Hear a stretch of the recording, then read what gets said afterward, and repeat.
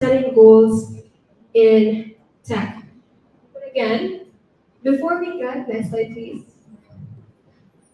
But before we get into these main points, I will first establish the answer to my biggest why. So what is my biggest why? So why do I want to get women, you guys, why do I want you guys to build? Why do I want you guys to innovate? So next slide. Okay, so we are already used to feeling inadequate. It has been historically ingrained in us that we have done less for advancement compared to our male counterpart. So there's actually this paper, it's called History of Human Female Inferiority Ideas in Evolutionary Biology, and it's by Joe Bergman, and it talks about that. And however, this might be bad, but it's actually one of the strengths that could help us in the startup scene per se. It's very powerful. And I have friends who work in startups already and who own startups. And there's actually an intermingling with roles. Like I have this friend, she's currently the CEO of a ad services marketplace. And then she has a COO, but sometimes the roles intermingle. Sometimes she does roles that focus more on operations. So imagine that. Like if you work, it's different for each startup because there's different levels of like, of a startup. Like there's different phases and all. But in that specifically, there's really like intermingling of roles. So imagine both man, woman, any gender in the LGBTQ plus spectrum. If you're faced with that goal, okay, this is your role, right? But then the next day you're tasked, oh, actually, you do this, you do the marketing of this. But then you're like, I do not do that. I do not know how to do that. So I guess in that, sorry, phone is. So I guess in that sense, like any gender whatsoever in the spectrum, if you guys are like faced with that specific problem, you guys would get shocked. But the good thing with us is that we have already honed enough adaptability for us to fight that kind of problem. Okay, next slide, please. Wait, sorry. There's no things. Okay, so second is building impact in the overall business objective.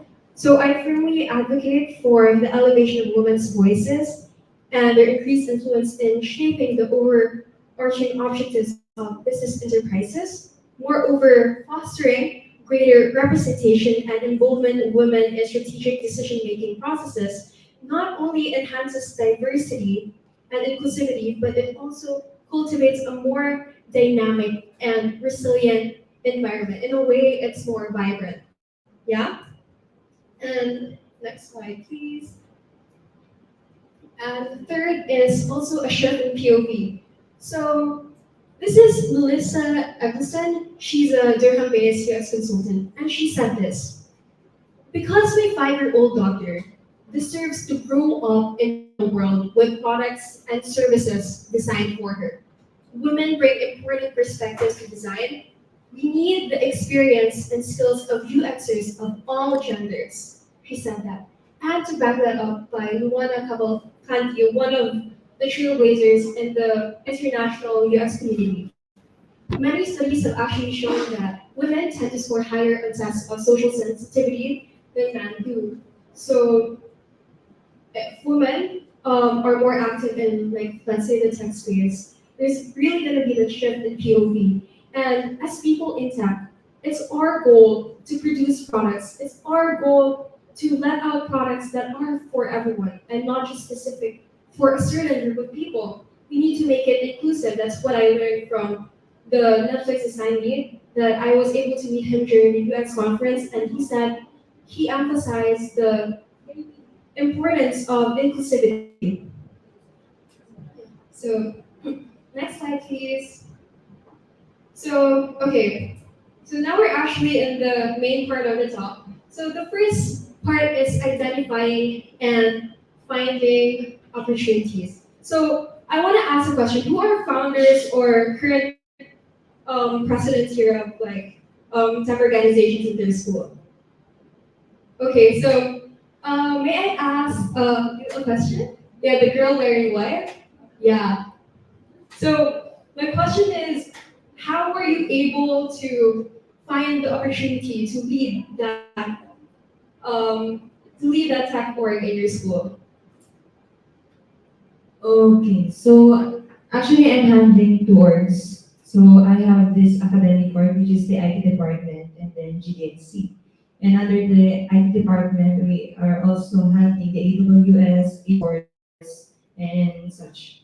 So, ayun, isa sa mga naging drive ko talaga is, when nung nasali ako kasi napansin ko rin na yung men dominating siya sa tech space. And fortunately, ako yung, katulad din sa iba, ako yung unang woman na nag-lead doon sa tech organizations namin. And syempre, katulad ng iba, kinabahan ako. Kasi baka mamaya, ma-fail ko sila and it will also represent women that can lead. Pero, syempre, noong mga times na yun, thankful ako sa support system ko because my previous lead and my previous president really supports me na, try mo yan. Noong dati kasi ako ng high school ako, sobrang introverted ko.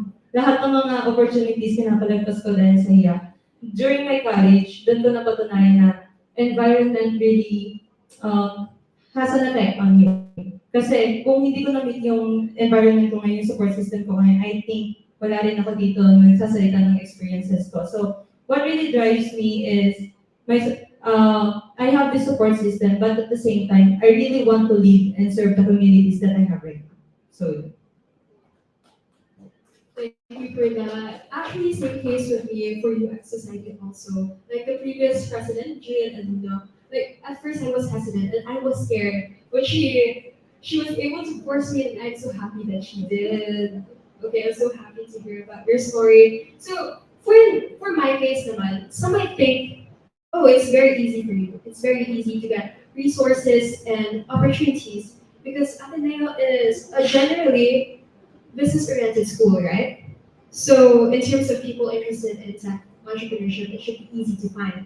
I guess like in other courses, yes, that's true. But in my course specifically, like computer science, it was kind of hard. Like you would expect that it wouldn't be, but actually in my batch alone, there's only less than in Ateneo, you wouldn't expect that. There's only less than 5% that's actually interested in tech entrepreneurship, in tech innovation. So most of them are into geeking about like learning new technologies, and okay, they have jobs here and there. But I don't know anyone. I know one, but only one person. But other than that, I don't know anyone that's actually passionate about finding a problem that resonates from them, like that resonates with them, and from there find a solution from there. So it was really hard for me. And just like her, like the girl, what's your name? Sorry, Carly. Carly.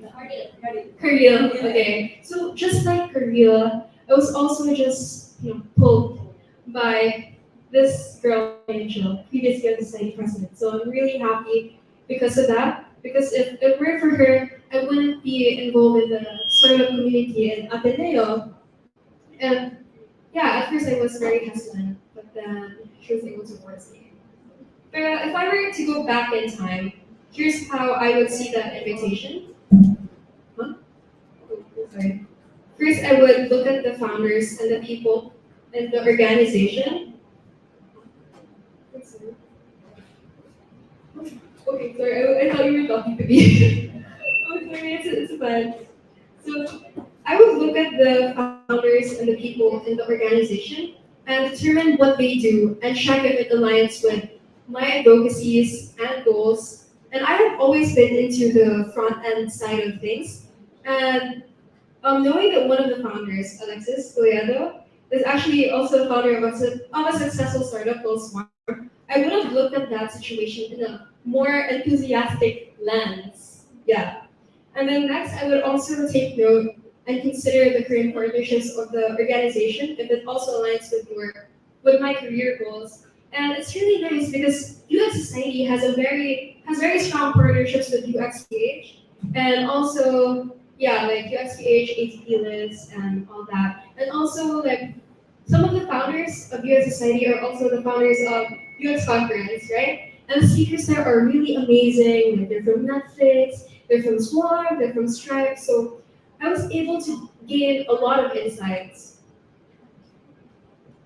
And from there, actually, I was able to meet our of Engineering, Aldrich, who connected me to YFS, Young Founders Summit. And from there, I got connected with our former events lead, Martin Eusebio, and that's where I got further connected to Sean Gossap. I don't know if you guys know Sean Gossap. Yeah, he's DevCon Laguna president. So he actually introduced me to the whole DevCon community and also to the Super Team ecosystem, which is another accelerator and another incubator. So these communities are actually good avenues for tech startup enthusiasts if you guys are into that. Yeah.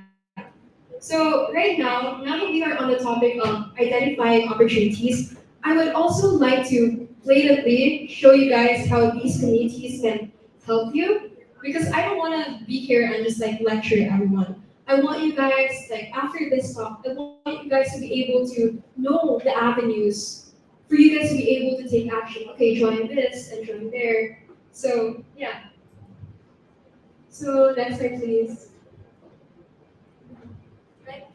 Okay, so YFS is originally based in Singapore, and we host boot camps and provide seed funding to young founders and innovators in the startup scene. And it's a platform for young change makers to convene, receive mentoring, and access networks and funding to build impactful startups. Nobel is actually a lead also there. Yeah, she's the partnerships lead. And through YFS, young founders apply entrepreneurship tools to imagine possibilities, create ventures with the guidance of mentors, and connect with other like-minded young change makers. So next slide, please.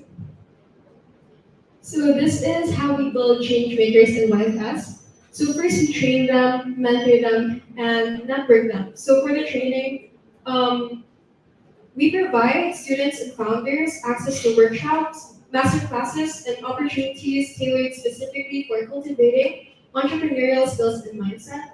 And then for mentorships, founders are matched with mentors, entrepreneurs, business builders, and industry experts who have been there, done that.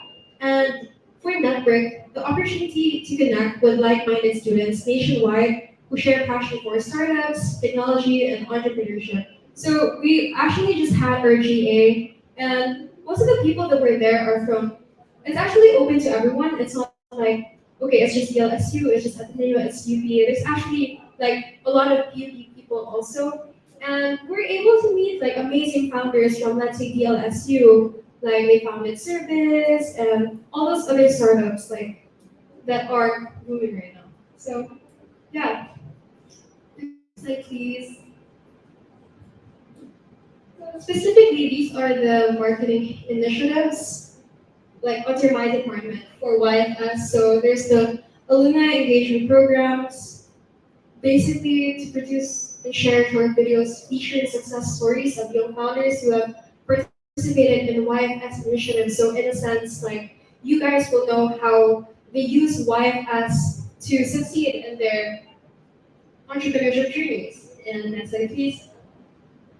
So we have the founder spotlight series. So we spotlight founders that have made it big in the tech startup scene. And next slide. We also have YFS Entrepreneurship Awards. So we recognize outstanding achievements by young founders, especially within the YFS community. So, yep. Okay, next slide, please. So we actually have different phases. First is the 5-day boot camp. So this is also similar. We're planning to do that here also in our roadshows, but this is done in Singapore. So there's like phase one is a 5-day boot camp, and phase two is mentorship, and phase three is the demo day. So okay, previous slide please. Okay, so for phase one, so the first day is all about team building and inspiration. So it's really all about like, okay, people are getting to know each other, they know each other's strengths, they know each other's weaknesses, and from there they can team up. So they also get to learn like the trifecta of ideas, like the desirability of a product, feasibility, and also the viability, and yeah, the expected like initial acceleration and research on potential markets. And next, day two would be more focused on problem validation and user needs discovery. So I'm not sure if you guys are aware of the Lean Canvas. So it's basically just a template where you could like decimate your thoughts and ideas and compartmentalize them to create a cohesive solution. And then next is user or customer persona. That's when you determine some key traits of your specific audience or your expected audience. And then there's also the mom test and conducting market or customer reviews. So I'm not sure if you guys are aware of the mom test, or is anyone aware of the mom test here? Anyone? So if you're aware, you can raise your hand, but I won't call you. Okay, so no one is aware of the mom test. So basically, the mom test, when you ask your mom something, right? Like, let's say you made this design. So let's say you're my mom, right? And I would ask you, like, oh, is this design good? You would immediately just say, oh, it's good because I'm your child, right? So there's that. So to combat that, the way they ask the questions here when it comes to conducting market interviews, they actually switch it up. So okay, it's not just like the answers to the questions that they ask, it's not dismissive, like oh, okay, it's nice, okay, it's okay lang naman. So they actually tweak it in a way that they could actually get more tailored um, more tailored advices and also answers from their users. And there's also a fireside chat with guest honor speakers, so that's like the mini mentorships for day two. Next slide, please. Okay, so for day three, it's just solutioning and optimization. So synthesizing the insights and value proposition. So value proposition sounds like, okay, what is that? But it's basically just, relating what value do you give. So there's that. And for day four, it's rapid experimentations and solution validation. So that's when you try to build your MVP. You guys know what an MVP is? Yeah, so it's like the minimal viable product. So it's the very base of your product. In order to like, okay, test it now. Okay, this actually its functionality and it can be released as that and serve its purpose. And then next is for day five, the go-to-market strategy design. So it's really more of like building the pitch deck. So next slide, please. Okay, so these are just some pictures of what happened. So our country directors, Aldrich, and also some of our country directors from Kasai, Butch, and Emma, they went to the boot camp in Singapore. So these are the specific days. Day one, day two, day three, day four, and day five. And they're actually able to meet, you guys at Carousel, they're actually able to meet the CEO of Carousel and got connected with them and they were able to mentor them as well. Yeah. So next slide please. So yeah, Grab, Carousel, and then these are like schools that are partnered, SMU. Next slide. Okay, so phase two is for mentorship. I'm not gonna dig deep into this already, but it's more like okay, from the idea that they gave, you're gonna be matched up mentor, and it's gonna be tailored to them, like the mentorships aside from compared to the 5-day bootcamp thing. Next slide, please. And phase three is demo day. That's the actual startup competition day. That's where they compete and display their like innovative ideas to the judges. So yeah. So this one, actually, if you guys are you guys aware of the Solana? Yeah, yeah. So if you guys are aware of that, they're actually, if you're interested in blockchain stuff, they actually have um, multiple hackathons right now. They have like 4 minutes left. Okay. They actually have the Coliseum one right now. It's focused on blockchain, but you can also do discovery discovery calls. So if you guys want, you can scan this if you're not aware of the super team. Okay, next slide. And then there, this is their Telegram. They actually mentor us here. So these are mentors. And then this one is more of a co-working date. So you actually have a co-working date in a co-working office with a mentor. So it's just a day designated. Like you guys are just gonna chill in the office and talk about stuff. Next slide, please. Okay, so I'm gonna breeze through this. Wait. So, okay, I don't know if anyone here is not aware of like the UX conferencing, but this was taken during the, okay, next slide. This was taken during the pre-conference warm-up. So I guess I'm just gonna skip through this and I'm gonna share like some tips. So I guess like some tips of mine when it comes to networking. So let's say there's like an entrance, right? You don't stand by there because like when people are gonna enter, right? Like they're gonna try to settle down and they're not gonna like they're gonna try to talk to you and say hi, but they're gonna be like, oh, okay, I'm gonna settle down first. So it's not gonna be, that engaged. And then next would be like go position yourself in the food bars. Then you're gonna be like, oh, okay, have some food, and then that's how we're gonna start like your networking, like conversations. And number three, approach interactions with speakers with intent. So instead of trying to be the most interesting person in the room, don't don't like try too hard. Instead, try to be the most interested person. So be curious about everyone, but at the same time provide value as well because it's hard to talk to someone that can provide value to you. Okay, next slide. So building a supportive network. So I guess it's already in connection to what I said earlier. So because of like the stuff that I joined, just showing up really, I was connected with, let's say for this one, the from Laguna, and I have a design studio, and I was actually able to give value to them by helping them with their design assets, and also since my studio is relatively new, they helped me with exposure stuff. So I was one of their media partners. The next slide, please. Okay, so setting goals.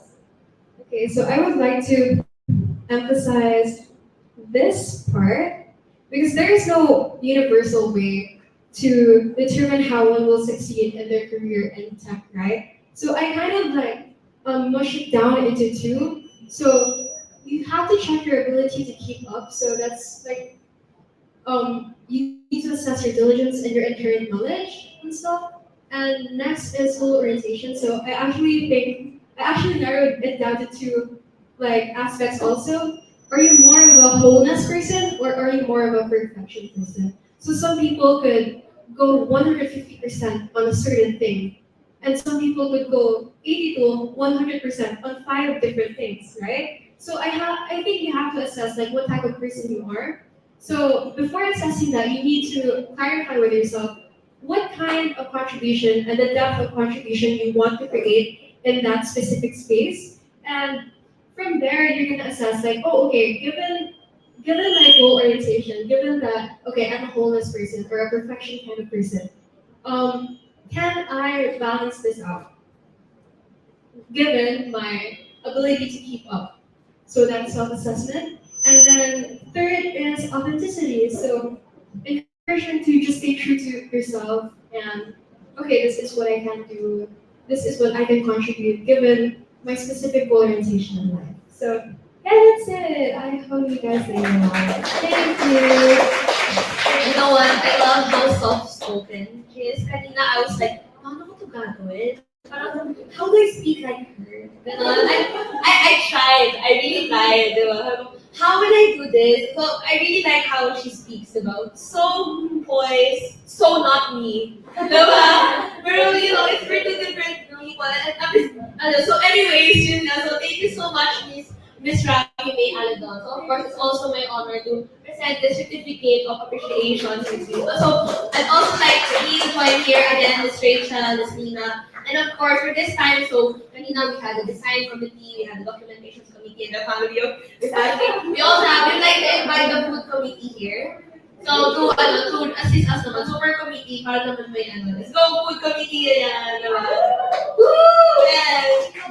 So, yeah, so please, it's happy join us. And then after, we'll have a panel discussion. Ayan. So, join us. I really love her talk. It's all about, again, yung parang, dito yung parang networking and like entrepreneurship and how to start. But I just really cannot get over how well articulated yung mga words na she picks and how, alam mo yung maintindihan pero buo yung the way she speaks, right? I really, soft-spoken ako kasi parang dagul na, parang ako, sorry, I just, wow. So, Miss Raffy, sige, I'll get your certificates first. I'd also like Miss Ashley to join you for a quick panel discussion. So, due to time constraints, we're gonna limit it to like 3 questions. So, does anybody has a question to start? Or would you like me to go first? Me first? Me first. Okay, sige. I have a lot of questions. First, how do you speak like that? So, how? I'm really, but I think this is a kind of talking voice I want to practice. Kasi girl, if you see me kanina, I was like, Chien! So, anyways, you sit down. And so my first question, diba, is all about personal branding, entrepreneurship, diba? And then kanina we're talking about how it starts with yourself, diba? So my question, diba, for these girlies also, on behalf of these girlies, how do you start, diba, we need a voice, a representation, showing up, diba? How does one find her voice and, really get her ideas out there as an entrepreneur and as a, a personal branding girl. So who would like to go first? Sige. Okay. So actually, before I was like really discouraged, it's also same with Ashley. Like, oh, if I try to read, am I good enough? And okay, if I fumble this certain aspect of my life, then I represent every woman trying to lead, right? But then I actually just like got rid of that mindset, got rid of that imposter syndrome things. We are all like imperfect. That sounds cliche, but that's true, right? And then I realized that we all have our own strengths and weaknesses, and we really need to focus on what our strengths are. Like, let's say you're in a computer science class, and you guys are doing like Batman frameworks and stuff, and it's really just hard for you to keep up. Like, there's no need to feel bad, and there's no need to push yourself and harm yourself. Like, oh, you're not good enough in that. You're not good enough to lead, because you're actually good with something else too. Let's say you're better on like front end kind of stuff, and or maybe not like on the tech side, maybe more on just the design side or more on just like the sales side, which is actually still equally important because people try to like limit tech to like just tech, like okay, the coding and stuff, but it's actually not that. Tech is a community. There's sales, there's business dev, there's like you have like the DevOps engineer, and I think that's still tech. So really just embrace what you can do and what you're good at. Hello? Yeah. So I agree with what Raffy said. But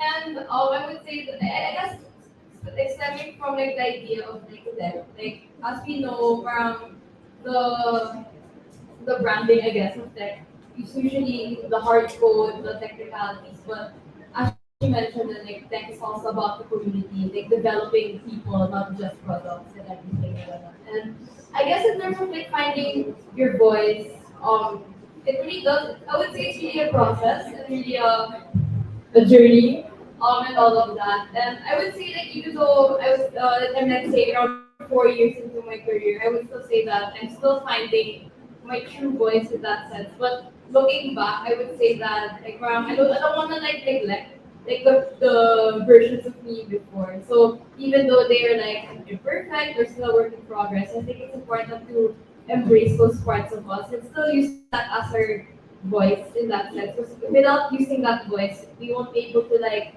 know where we're supposed to go next, kind of a thing. So I would say that to embrace your progress, embrace your growth, embrace the challenges that would come before you, and I would say it also does take a lot of courage to make that first move. Like as Rafi mentioned a while ago, the imposter syndrome.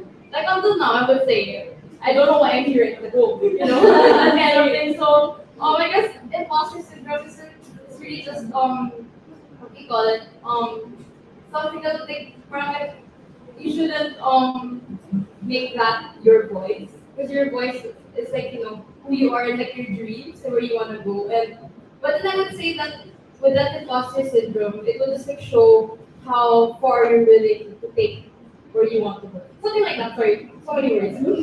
But then basically, I would say, just to I guess summarize my point, is that you're a work in progress. Embrace it, and always like I would say, value your community and like just not develop yourself, but develop with other people, because sometimes people, the people you're working with, or the community that you're with, will help you also find yourself in that sense. And it's a great thing to grow with someone else. So, yeah. Yeah, thank you so much. I just realized these two are from Ateneo, so this is like my no, I'm the also my name school. Anyways, never, I don't know, no, I'm just joking. Okay, masters, why not? Any questions back from the audience? Because I have a lot. Yes, you may go.